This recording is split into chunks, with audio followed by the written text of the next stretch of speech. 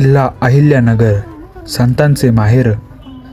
मित्रांनो, महाराष्ट्र ही संतांची, शूरवीरांची आणि पवित्र भूमी आहे. याच पवित्र भूमीत आपल्या श्रीरामपूर तालुक्यात एक अद्भुत आणि दिव्य स्थान आहे. असं स्थान जिथे भगवान श्रीराम आणि लक्ष्मण यांच्या आश्रयांनी शिळा तयार झाली आणि त्या पवित्र शिळेवर नवनाथांपैकी एक महान योगी अडबंगनाथ महाराजांनी तब्बल 12 वर्षे कठोर तपस्या केली. इतकंच नाही, या ठिकाणी एक पवित्र बारव सुद्धा प्रगट झाली आहे. त्याला भक्त आजही अत्यंत श्रद्धेने पाहतात. तर नमस्कार मित्रांनो, मी यश बनसोड आणि बघून सांगतोच या नवीन भागात आपण भेट देणार आहोत श्री क्षेत्र अडबंगनाथ भामाठाण. सकाळी साधारण 9 वाजता आम्ही दर्शनासाठी निघालो.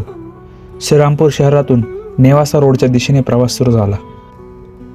श्रीरामपूर शहरापासून साधारण 10 ते 11 किलोमीटर पुढे गेल्यावर डाव्या बाजूला एक भव्य आणि आकर्षक कमान दिसते.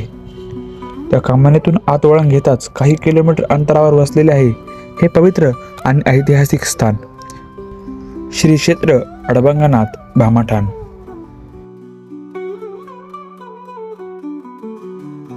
या मंदिराचा इतिहास आपण थोडक्यात जाणून घेऊयात. राम वनवासात असताना ज्यावेळी सीतेला हरण मिळवण्याची इच्छा झाली, त्यावेळी हरणाच्या मागे प्रभू श्रीराम धावले. ज्यावेळी प्रभू श्रीरामांनी हरिणाला बाण मारला, त्यावेळेस हरिण जोरात ओरडले, "अरे लक्ष्मणा धाव!" सीतामाईने तो आवाज ऐकला आणि लक्ष्मण यांना प्रभू श्रीराम यांना बघण्यासाठी पाठवले. ज्या ठिकाणी राम लक्ष्मण मिलन झाले ते ठिकाण म्हणजे आजचे भामाठाण. दोघांनाही कळले की आपण ह्या हरणाच्या जाळ्यात फसलो आहोत. ह्या अरण्यात खूप असुर आहेत. सीता सुरक्षित नसेल आणि दोघेही सीतेच्या विरहाने रडले.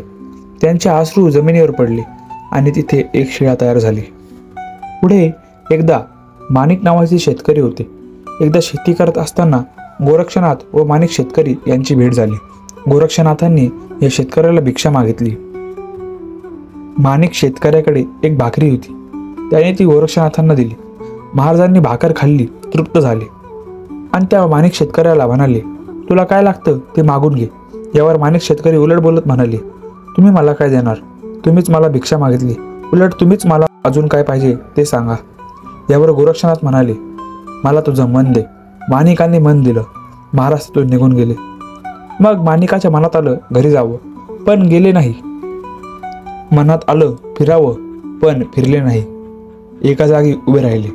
डोक्यावरचा नांगर खाली ठेवावा मनात आले, पण ठेवले नाही. असे 12 वर्ष माणिकाने तप केले. तेव्हा ज्या शिळेवर हे तप झाले ही तीच असुरशिळा होती. मग 12 वर्षानंतर गोरक्षनाथ इथे आले आणि माणिकाला दीक्षा दिली आणि माणिकाचे अडबंगनाथ झाले. मंदिर आणि मंदिराचा परिसर अतिशय निसर्गरम्य ठिकाणी आहे. या मंदिराचे बांधकाम दक्षिण भारतीय शैलीचे आहे. मंदिराच्या डाव्या उजव्या बाजूला श्री गणेश व श्री दत्तांची मूर्ती स्थित आहे. मंदिरात समोर प्रवेश करताच श्री अडबंगनाथ महाराजांची प्रसन्न मूर्ती आहे.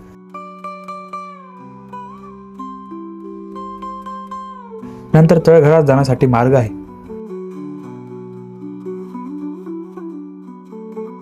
तिथून खाली जाताच अश्रुशिळेचे दर्शन होते.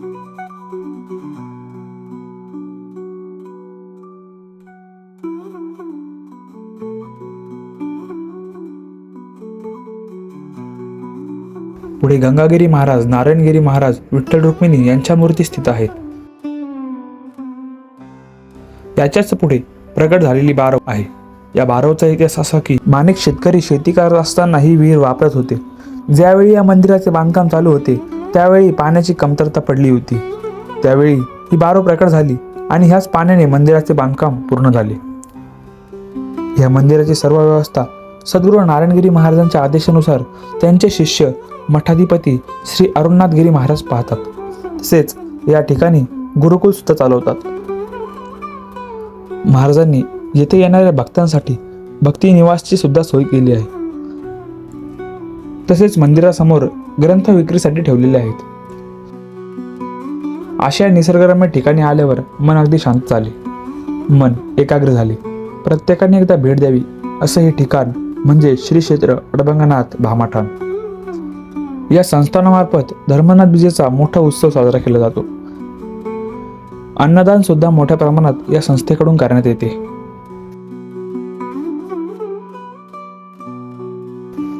याबद्दल अजून सविस्तर आणि श्रीरामपूर अहिल्यानगरचा रामायण काळात संबंध कसा येतो, तसेच अहिल्यानगर जिल्ह्याला संतांची भूमी का म्हटले जाते, या प्रश्नाचे उत्तर जाणून घेण्यासाठी आम्ही श्री अरुणनाथ गिरी महाराज यांची एक खास मुलाखत घेतली आहे.